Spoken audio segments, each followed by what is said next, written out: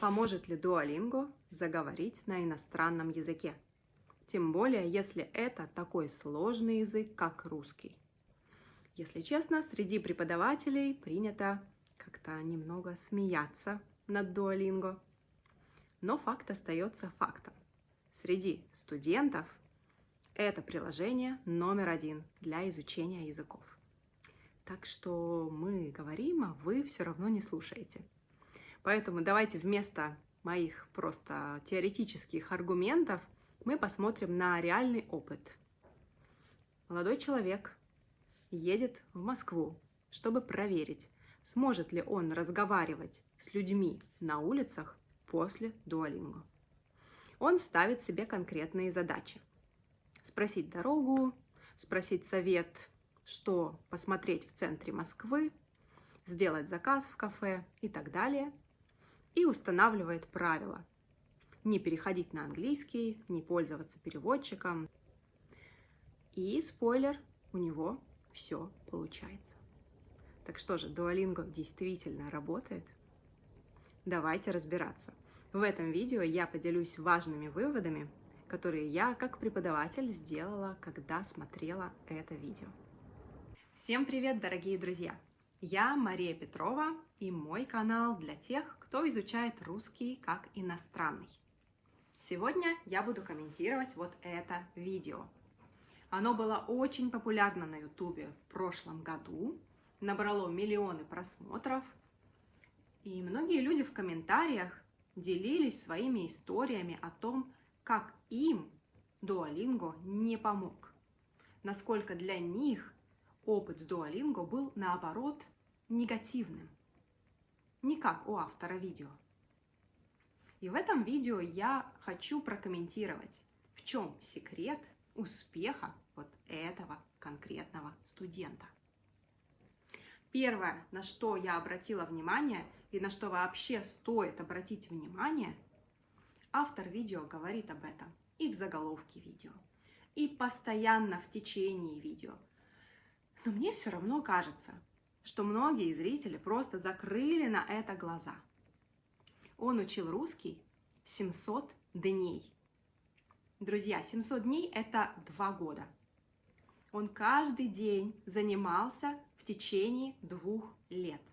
Да, по Duolingo, да, по 10-15 минут в день, но 2 года. За 2 года, даже если вы не придете к какому-то блестящему результату, вы накапливаете опыт, который потом вам помогает. И этот опыт невозможно заменить какими-то интенсивными курсами за 30 дней, какими-то марафонами. Я вообще очень благодарна автору этого видео за вот эту цифру 700 дней. Наконец-то что-то реалистичное на YouTube.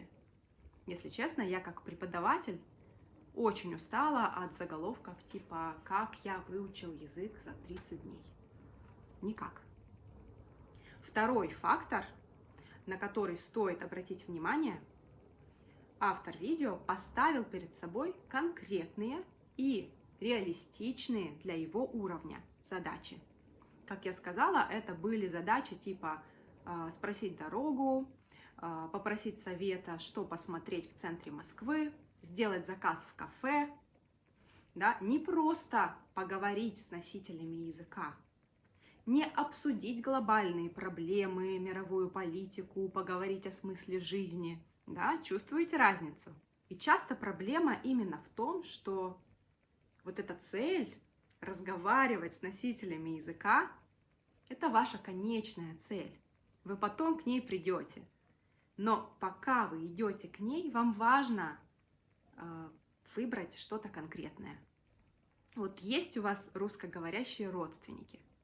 Поставьте себе задачу в следующий раз ответить на вопрос «Как дела?»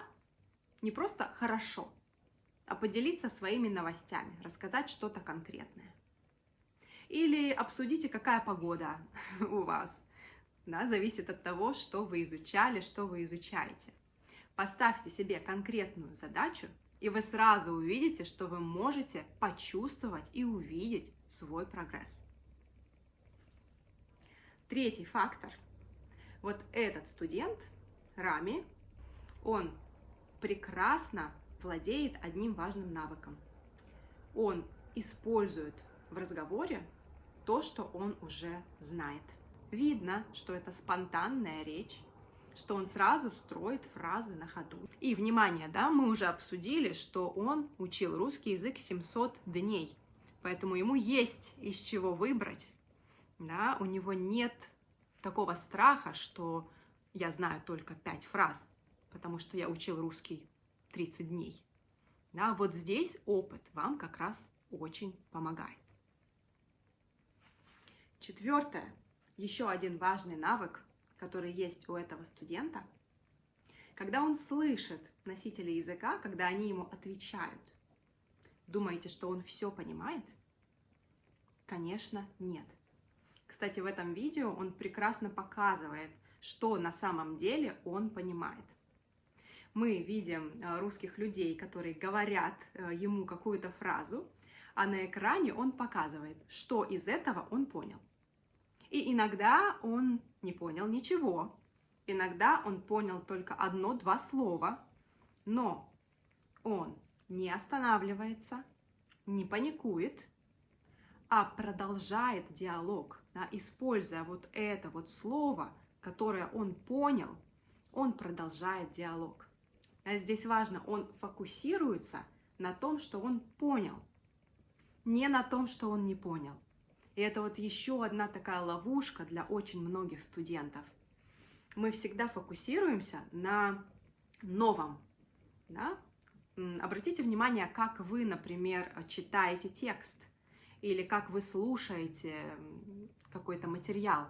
Да? Вы всегда ставите перед собой цель увидеть новые слова, выписать новые слова.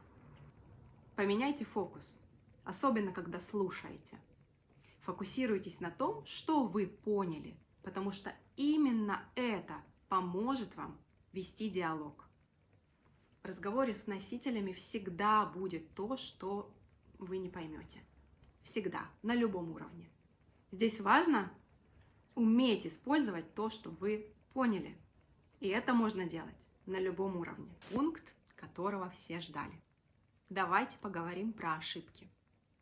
А делает ли этот молодой человек ошибки, когда говорит спонтанно на улицах Москвы с носителями языка?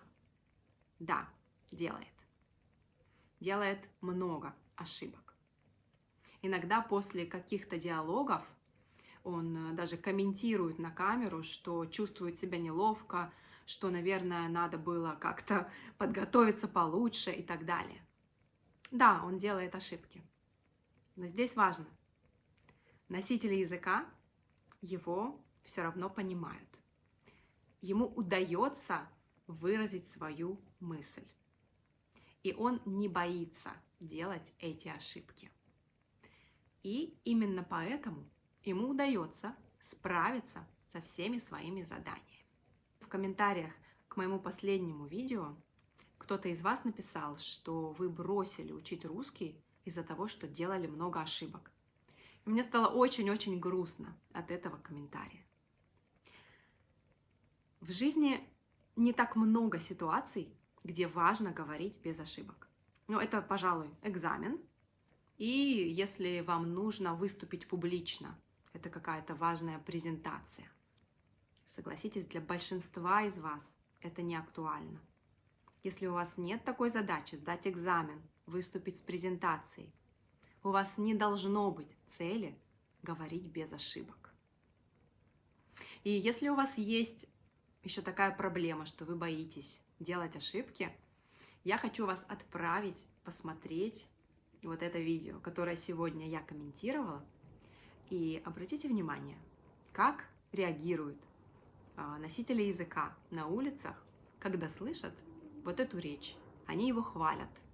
Они все говорят, как он прекрасно говорит по-русски. Почитайте комментарии, которые оставили русскоязычные. Они все в восторге от того, как он говорит по-русски, какой он молодец. Обязательно посмотрите его видео и вдохновитесь. Вдохновитесь на то, что можно говорить, можно использовать то, что вы уже знаете на любом уровне. Можно не бояться делать ошибки. Это никому, кроме вас, не важно. Я понимаю, что видео получилось совсем не про Duolingo, а скорее про то, что вообще важно для того, чтобы разговаривать с носителями языка. Важно дать себе достаточно времени. Важно поставить перед собой реалистичные задачи.